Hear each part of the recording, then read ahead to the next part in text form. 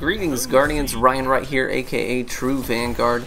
As the week progresses and Iron Banner is still active, I know so many of us still have our sights set on that pulse rifle and some of the other high level gear that we still want to grab.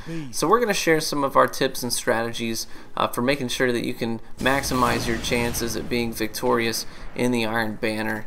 You know, part of the Iron Banner this time around is that according to the meta right now, you're going to see an overwhelming majority of thorns and last words and these lower time to kill weapons in the Iron Banner. So you're going to have to learn how to counter them and sort of maximize your chances here in these engagements.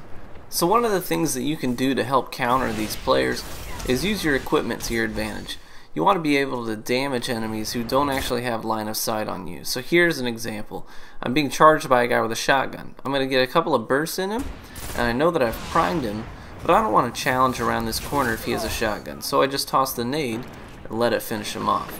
Here's another example where, again, I'm being challenged by a shotgunner. He's charging me down at point blank range, so I'm just going to backpedal, drop the grenade, set my sights, and just take the body shot because I know the grenade's going to prime him.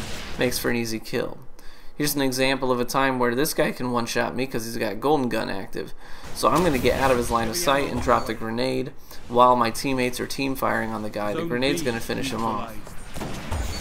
The next thing that's worth noting is that controlling the map often means controlling choke points and bottlenecks. So the thing about this doorway, note when looking at this doorway, just note its shape, its general shape. The entryway is low, the ceiling is low. What that means is that people can't blink out of it or into it. They have to walk in. And so setting your sights at head level is a really easy thing to do because you know that that's where you're going to expect your opponent to be. They're not going to be blinking or jumping or using vertical space. So choke points like that make for some easy kills. And that goes not just for sniping, but also for shotgunners. If you prefer to run and gun with a shotgun, then doorways, note that all three of these kills took place in a hallway or a doorway. These things are choke points, and choke points limit your opponent's mobility. Also make sure that you're making smart use of your supers. This is a perfect moment to activate the super because there's red on the radar that's close enough that they can't run away in time because the audio cues for supers are dead giveaways.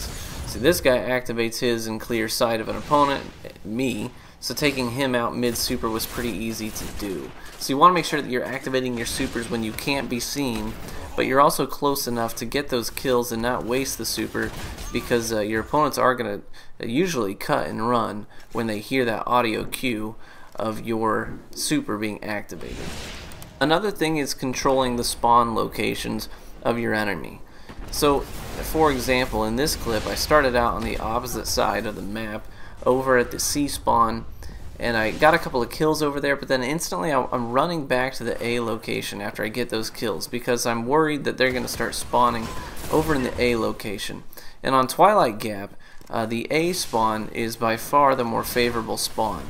The C spawn, note its location is tucked back, and the only ways to get out of it are through these low doorways and hallways and bottlenecks and choke points. So getting trapped back there is really, really easy, and it's so hard to get out of the C spawn when you're playing against a good team that has it locked down. So make sure that you communicate as a team if you're playing in a full party and designate which spawn you want to hold. There are times when it can be advantageous to triple cap the enemy, but for the average team with average players, triple capping the enemy can be really hard to maintain, and you can actually lose control of the game pretty quickly if you're spread too thin all the way across the map. And that's actually what starts to happen here. We triple cap these guys, but we push so far with the heavy ammo. You know, people, when we get heavy ammo, sometimes it's just so easy just to get kill greedy and to run as far back into the enemy spawn as possible and just try and fight your own teammates for kills. But that's a really good way to lose control because now suddenly they're spawning in both locations because we're spread so thinly, and they actually started to cap both A and C, so we kind of had to regroup and re-rally.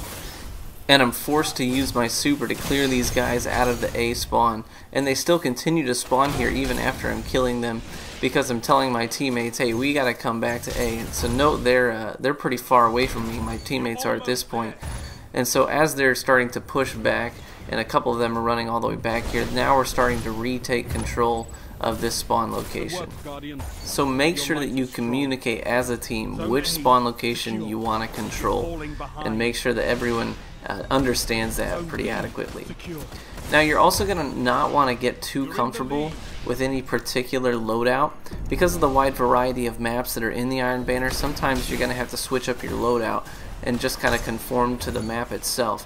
And so on maps like Asylum, shotguns are great just because of how much vertical space there is that you can take advantage of. A lot of guys will blink up to that upper middle level from the lower middle level and sort of catch these snipers off guard that like to stand up there by the B objective and snipe through the doorways. If you have teammates who are sniping through the doorways and are good snipers, you might be better off running with a shotgun and maybe something like the Last Word, so that you can help them out if they get overwhelmed up there, because they're not going to have enough time a lot of times to switch to their primaries.